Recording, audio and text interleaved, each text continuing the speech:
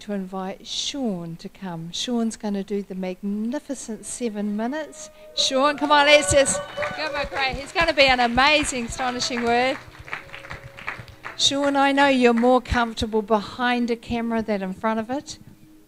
But however, I have a sense, just a little wee sense that, this may well be the beginning of something new for you, that you'll get just as comfortable in front of a camera.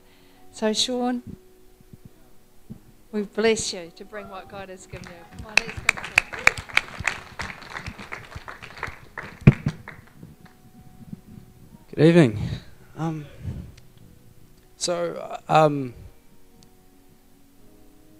Actually, I think I'm going to start with how I got up here.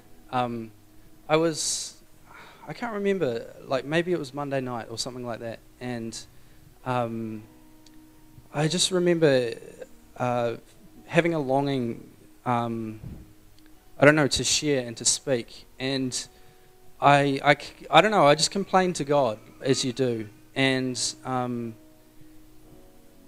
I got to Tuesday night, sort of still complaining, and then I got to this place where I said, you know what, God, I don't know what this is and why I'm complaining, but I trust what you're doing. And then I come into church Wednesday morning, and Ian comes up to me and goes, Sean, do you want to share Sunday night? And I'm just like, whoa, God, I don't know, God hears your prayers, and just expect him to move, and expect him to move fast, because he doesn't take his time, he moves when he's ready. I was asked to share something on my heart, and I believe that God's put worship on my heart, and he wants me to talk about worship. How many of you know this song? It's called Heart of Worship. It's maybe 10 years old now, and it's a really anointed song. Maybe some of you don't know the story behind that song. And it actually came out of a church they were doing worship, they were doing music, and something wasn't right about it. They didn't know what to do with it. And they made the bold move to take away all the music, to take away the sound system, and to just try and worship God with their voice. What they found is that when they did that, they stopped relying on this crutch and becoming consumers of music, and instead put themselves in a place where they were just connecting with their God and just releasing themselves into a place where they can worship. I think worship is definitely one of those things that's hard to define, but if I had to have a go at it, I would put it as putting God first in your life and surrendering everything else below him.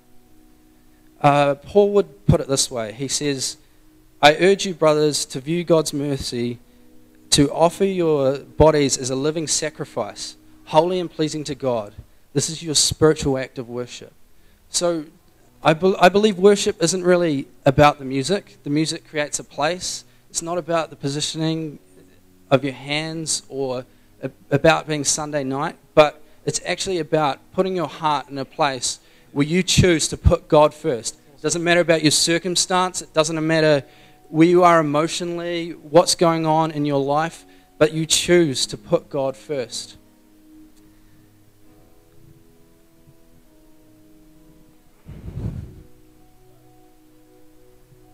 Jesus said, that he was talking with a Samaritan woman, and back in Jesus' day, there was two places that people worshipped God. One was the Samaritans, and they worshipped on this mountain that they believed that was God's anointed place. And the Jews worshipped in Jerusalem.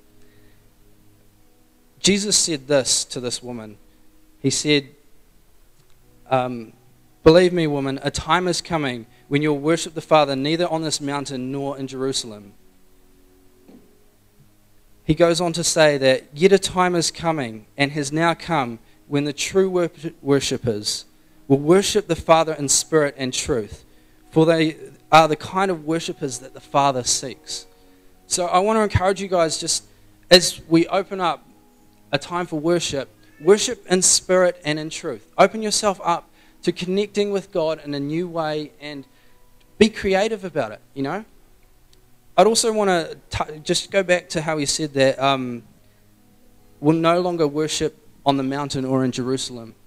It's not about this place. It's not about the holy places.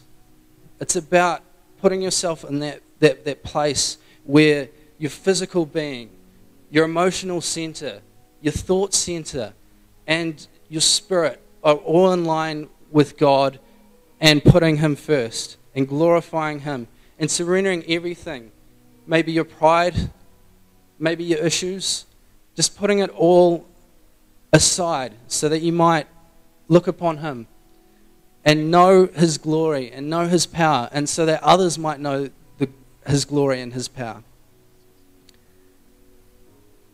So I understand that we're going to have another song, and I want to encourage you, just put yourself in that position, surrender everything, let it all go, and just connect with your God. No matter where you're at, just surrender it all, lay it all down, and worship.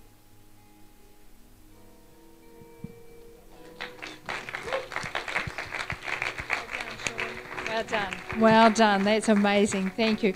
Come on, let's just do that. And as we, lift our hands to worship, come on, let's just pass the offering plates.